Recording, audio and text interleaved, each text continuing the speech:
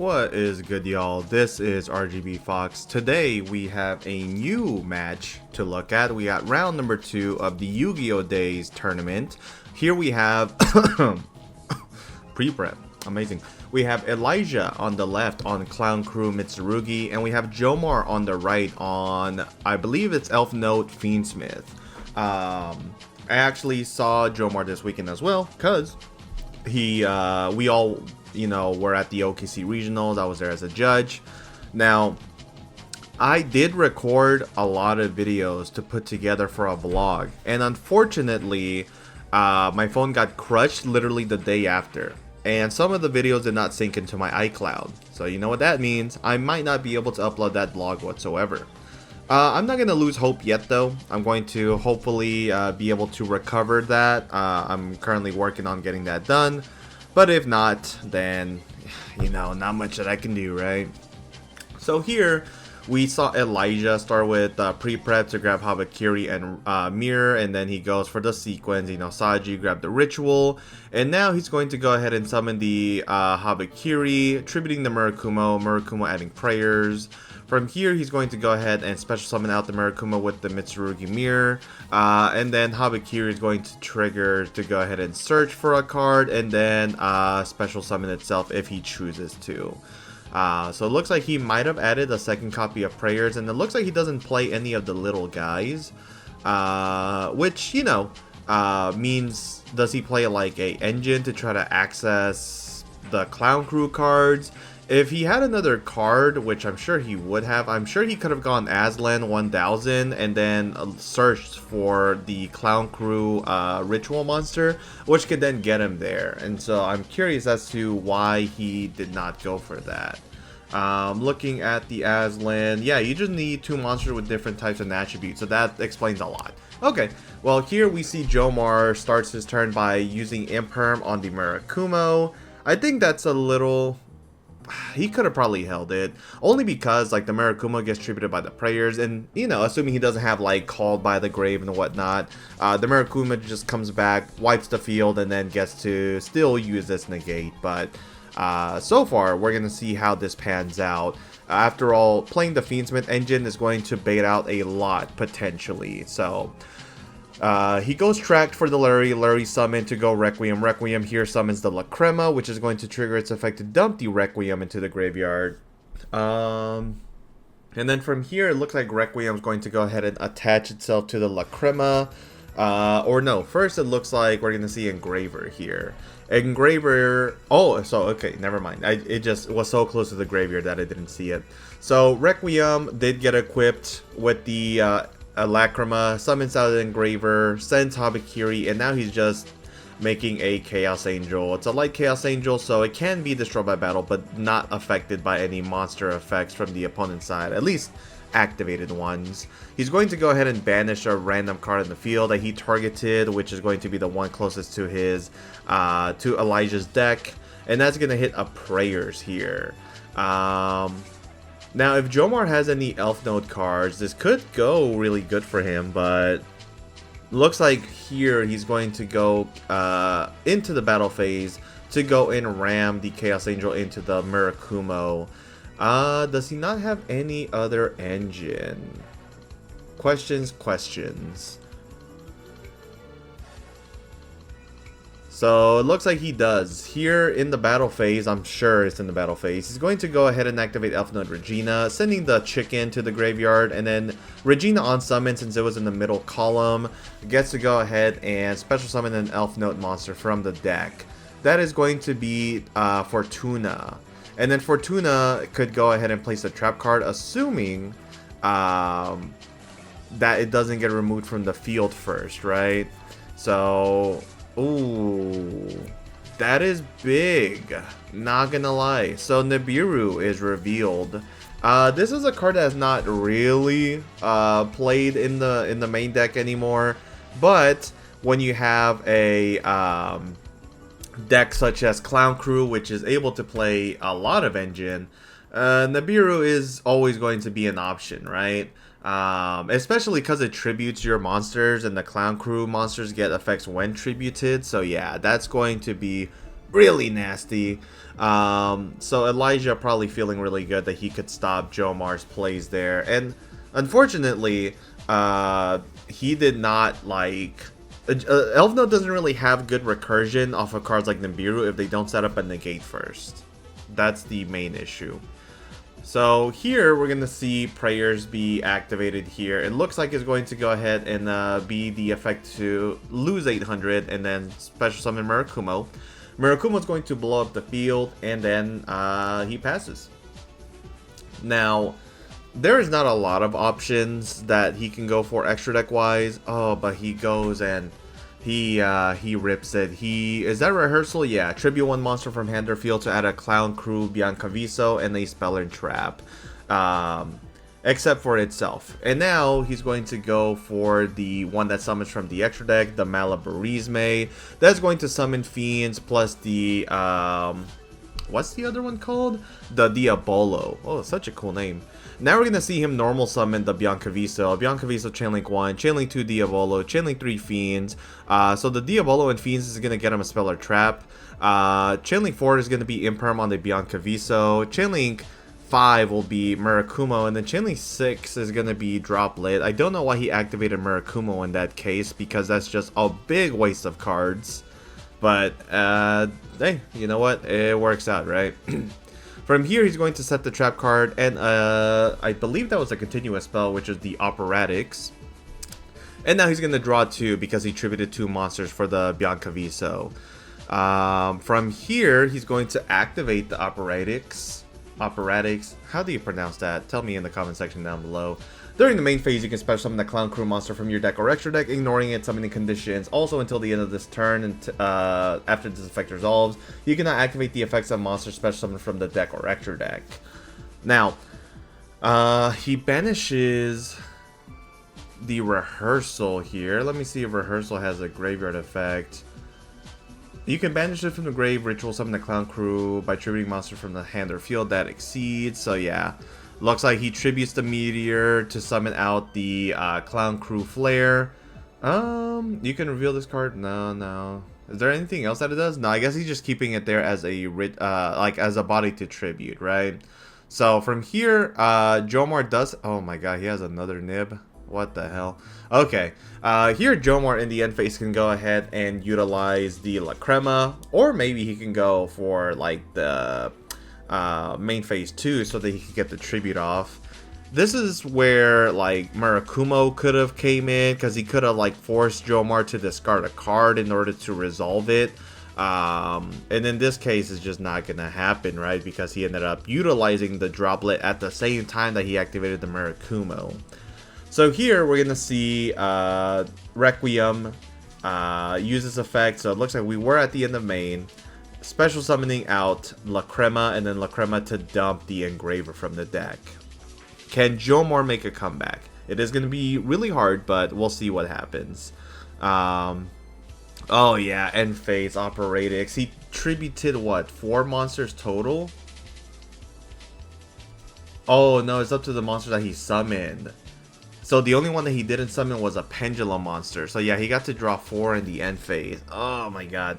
Yeah, when Clown Crew like is able to just draw multiple cards, that always feels bad as the other player, right? You just don't like seeing that happen whatsoever. So here we're gonna see Engraver summon itself. Then La Crema is going to go ahead and attempt to be equipped by the Requiem. From here we see the Murakumo blow up the field, and now we're going to see him summon out Tinia. Unfortunately, we do see Sourier. Man, I hate French. Okay, Sourier Operations, which is going to allow him to add a Clown Crew monster, which is going to be the Biancaviso. And is there going to be one that allows him to tribute summon? I can't imagine. But here, the Tinia is going to activate its effect to go ahead and place the I said Clown Crew, the Elfnote Welcome Home. However, that doesn't get stopped by the Murakumo. Now we're going to see Elfnote Power Patron be normal summoned here. And yeah, the trap card does have a sick effect. During the main phase, you can banish the card from the grave to immediately tribute summon 1 Clown Crew monster face up. So We're gonna see Beyond Kaviso, Chainlink 2, it looks like, to let's see, to book face down? Oh no, that's gonna be the Flare. And the Beyond Kaviso is going to go ahead and tribute 2 cards. Yeah. Really unfortunate. Considering the Murakumo was already tributed, there's not much that Elijah would do further. However, Jomar understands that this is unfortunately game, so we're going to come back in game number 2. Alright, game number 2. Oh my god, he has Nib again. How do these people do it? Here we're going to see Jomar start with Tenia here, which is going to allow him to place Welcome Home, and that does not get stopped by Elijah here. So from here we're going to see, man, he is dying there. We're going to see Welcome Home be triggered, right? He's going to have to pay for cost. You know, this is a deck that I really do enjoy playing a lot. Oh, actually, it looks like he will not pay cost. He will go ahead and normal summon the Elfnote Power Patron. For any of y'all that have played Elfnote before, don't you guys like draw the chicken all the time? Like, you play 2 so that you can get one from the deck if possible, for off of like Medias, maybe Regina, what have you, or even the spell card. But like, I swear to God, every single time that I'm playing this deck on Master Duel, I always draw the chicken in every single Elfnote hand. It's just impossible not to. I hate it. Okay, here we're going to see Chainlink 1, Elfnote Power Patron, and then he's going to use Chainlink 2 Seraphim to go ahead and reborn the Power Patron chicken. And that's going to allow him to go for the Lucina. Now he has a monster Synchro and a tuner, which is going to allow him to make Crystal Wings. So this Nibiru is not going to do anything for Elijah. After that, he's going to special summon the Lucina into the middle monster zone. That's going to allow him to add Regina now on in Ignition. And then Regina can send the Lucina on the field. It could, oh, actually, you know what? I forget. We have Power Patron cards here, right? Yeah, we do.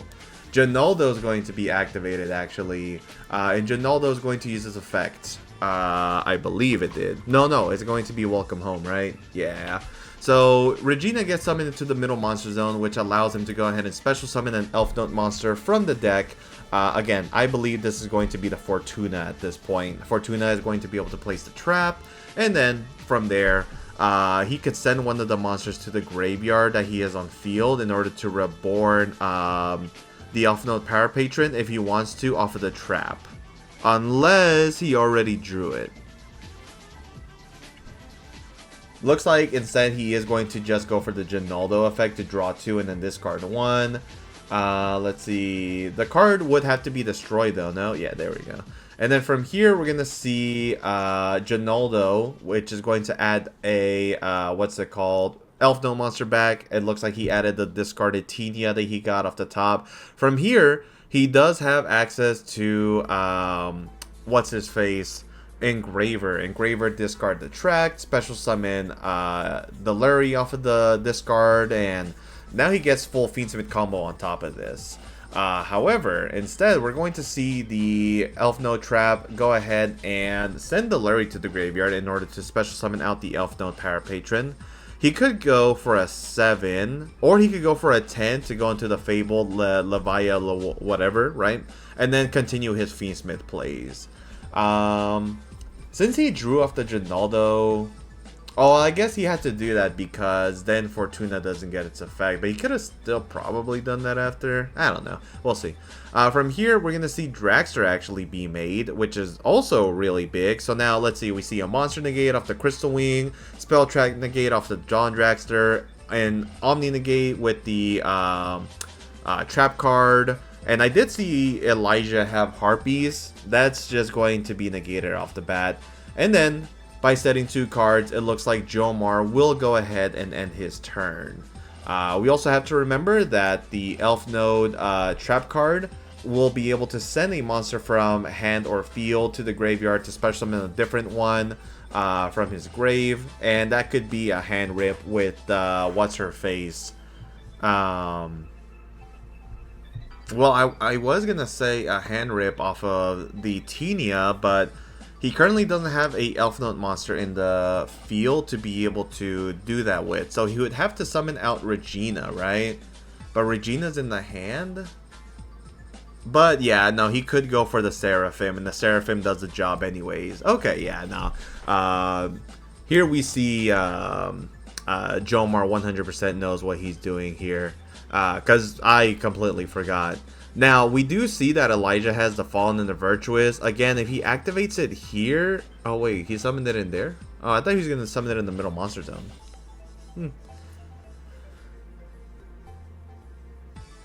Okay, well, that still works. Negating the Harpy's Feather Duster there, and now here we're going to see Vision. Oh, man, honestly, I'd probably go ahead. Oh, he has Ash Blossom. Oh, you know what? Now the Dragster still negates the Fallen and the Virtuous. Yeah, no, this is going to be really good for Jomar. I believe at this point he will win the game.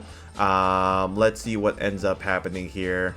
Yeah, nah, it looks like he is going to admit defeat here, knowing that he cannot really break through. I think he had enough gas to at least try, but the Crystal Wing, the Drawn Dragster, yeah, it's just is gonna be over. We'll be back in game number 3.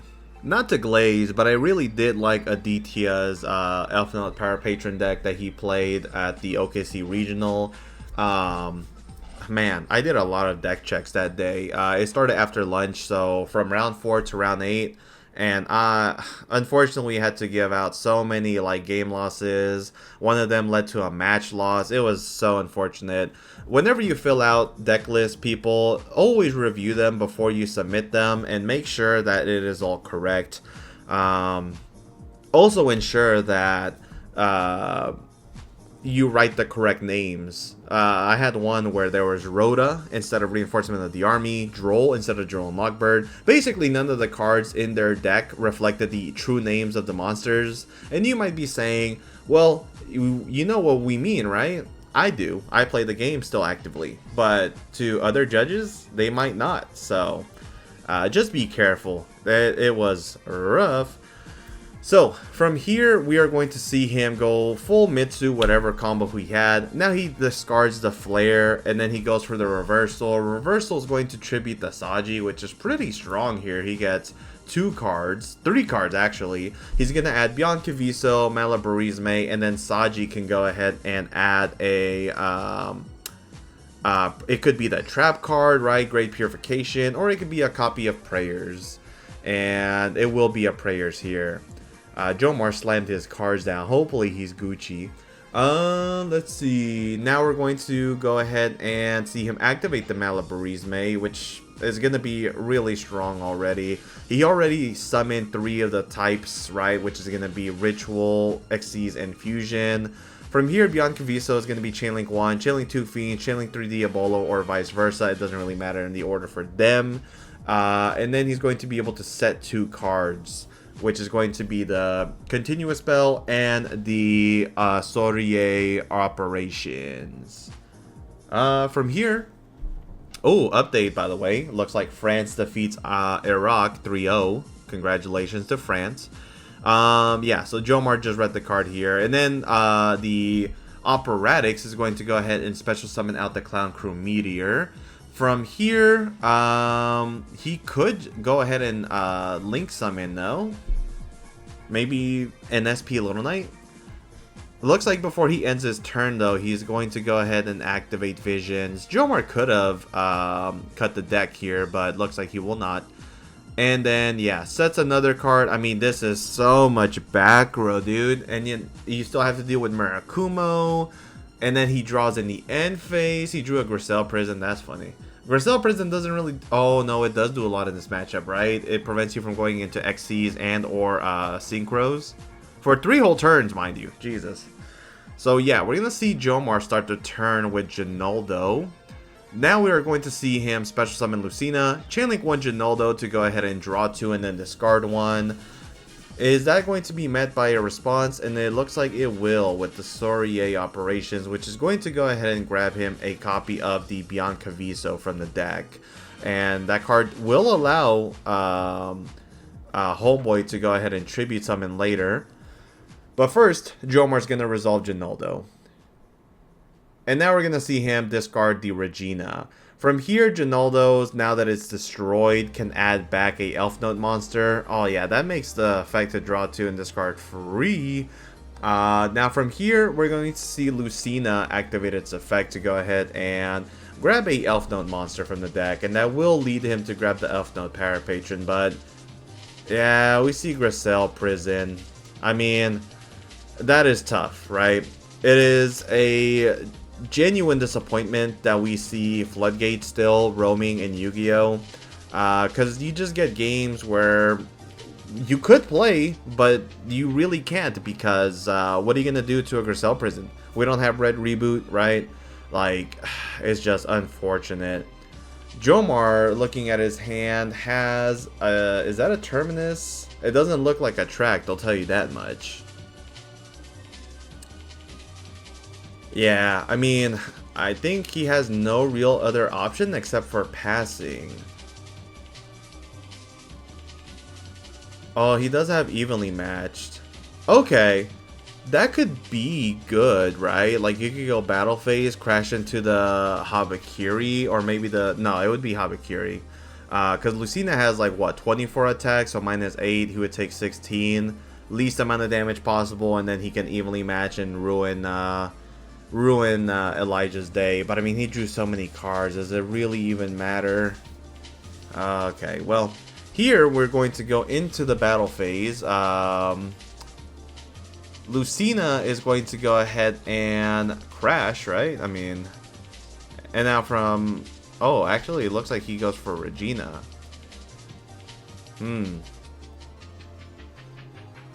Great Purification gets tributed.